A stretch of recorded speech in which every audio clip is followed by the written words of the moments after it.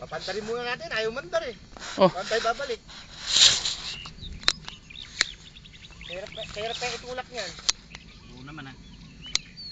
Sabi ko muna yung motor ko, nakakaya. Pero pagdating dun sa ilog, under na to.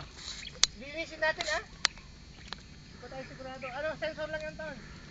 Under nga.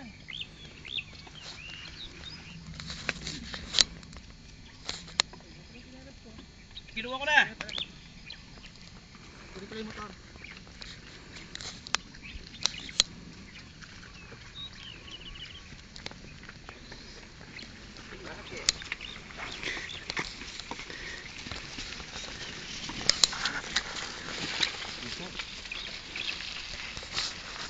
Ano yung yan? Isa po ang po.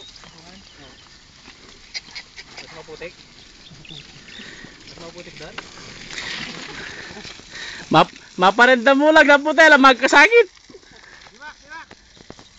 Kuha naman pagtapos yan. Dito, yung kahit palayo, okay na. Naka-video eh.